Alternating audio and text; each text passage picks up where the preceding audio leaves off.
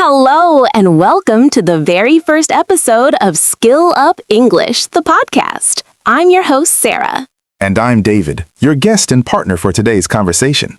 We are so excited to start this journey because we know how challenging it can be to speak English confidently. Absolutely, Sarah. Most people learn grammar from books, but they forget how to actually talk to people. That is exactly why we created this podcast, to bridge that gap between textbook English and real-life English. So, Sarah, what is our very first topic for today? Today, we are going to master the art of introductions. David, why do you think first impressions are so important? Well, as they say, you never get a second chance to make a first impression. The way you say hello defines the rest of the conversation. That's true. But I notice many students say, "My name is," and then they stop. It feels a bit cold, doesn't it? It does. It feels like a robot is talking. In a natural conversation, we use contractions. Instead of "my name is," we just say, "I'm David." I'm David. It sounds much softer and more approachable. What else can we change? Instead of just giving your name, you should give a little bit of context. What do you mean by context? For example, if we are at a wedding, don't just say your name. Say something like, "I'm David, a friend of the groom." Oh, I see. That gives the other person a reason to keep talking to you. Exactly. It opens a door for the next question. Let's talk about the phrase, "How are you?" Everyone says, "I am fine, thank you." Is there a better way? "I am fine, thank you" is the most famous sentence in the world, but native speakers rarely say it that way. So what do they say instead? They might say, "I'm doing well, thanks for asking," or simply, "Pretty good, how about you?"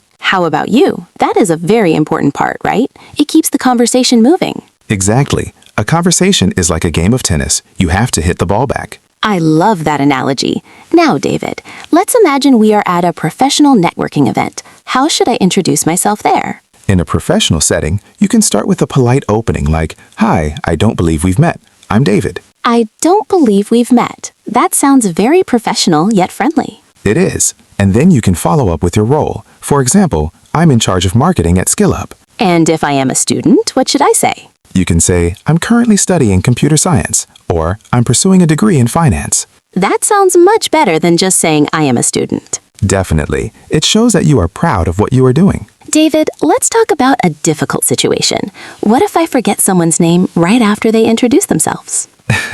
That happens to the best of us, Sarah. Don't panic. So what is the polite way to ask for their name again? You can say, "I'm sorry, I didn't quite catch your name," or "Could you remind me of your name again? I'm terrible with names." I didn't quite catch your name. I like that. It sounds like a listening problem, not a memory problem. Exactly. It makes the other person feel better. Now let's move on to the "tell me about yourself" question. This is common in interviews. This is the big one. Most people start talking about their childhood, which is a mistake. So what should they talk about instead? They should use the present, past, future model. Sarah, do you want to demonstrate? Sure.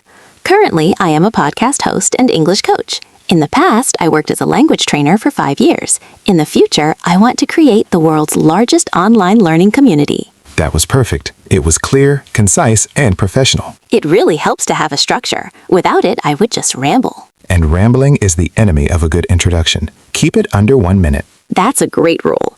David, what about body language? Does it matter when we speak English? It matters more than the words. A smile and eye contact can cover up small grammar mistakes. That's very encouraging for our listeners. So don't worry about being perfect, just be friendly. Exactly. People remember how you made them feel, not which tense you used. We are coming to the end of our first episode. David, any final advice for someone who is nervous about introducing themselves in English? My advice is practice in front of a mirror. Speak out loud. Your ears need to get used to the sound of your own English voice. That is so true. And listeners, don't forget your homework. Oh yes, the homework. Sarah, tell them what to do. Go to the comments and introduce yourself using the present, past, future model we discussed. We will read every single one of them and give you feedback. Thank you, David, for joining me today. This was a wonderful first episode. My pleasure, Sarah. I can't wait for the next one. And thank you, listeners, for being with us. Remember, every big journey starts with a small step. Keep practicing, keep speaking, and never stop learning. Until next time, stay curious and keep skilling up. Goodbye, everyone. Bye for now.